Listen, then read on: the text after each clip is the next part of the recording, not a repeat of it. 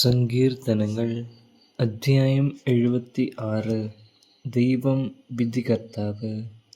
ദൈവമേ, ഞങ്ങൾ അങ്ങേക്ക് നന്ദി പറയുന്നു. ഞങ്ങൾ അങ്ങേക്ക് കൃതജ്ഞത അർപ്പിക്കുന്നു. ഞങ്ങൾ അങ്ങയുടെ നാമം വിളിച്ചപേക്ഷിക്കുകയും അങ്ങയുടെ അത്ഭുത പ്രവൃത്തികളെ പ്രകീർത്തിക്കുകയും ചെയ്യുന്നു. ഞാൻ നിർണയിച്ച സമയമാകുമ്പോൾ ഞാൻ നീതിയോടെ വിധിക്കും.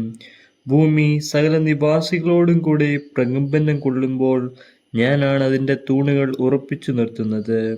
വൻപ് പറയരുതെന്ന് അഹങ്കാരികളോടും കൊമ്പുയർത്തരുതെന്ന് ദുഷ്ടരോടും ഞാൻ പറയുന്നു. ആകാശത്തിനെതിരെ കൊമ്പുയർത്തരുത്, ഗർവോടെ സംസാരിക്കുകയും അരുത്. കിഴക്ക് നിന്നോ പടിഞ്ഞാറ് നിന്നോ മരുഭൂമിയിൽ നിന്നോ അല്ല ഉയർച്ച വരുന്നത്. ഒരുവനെ താഴ്ത്തുകയും അപരനെ ഉയർത്തുകയും ചെയ്യുന്ന വിധി നടപ്പാക്കുന്നത് ദൈവമാണ്.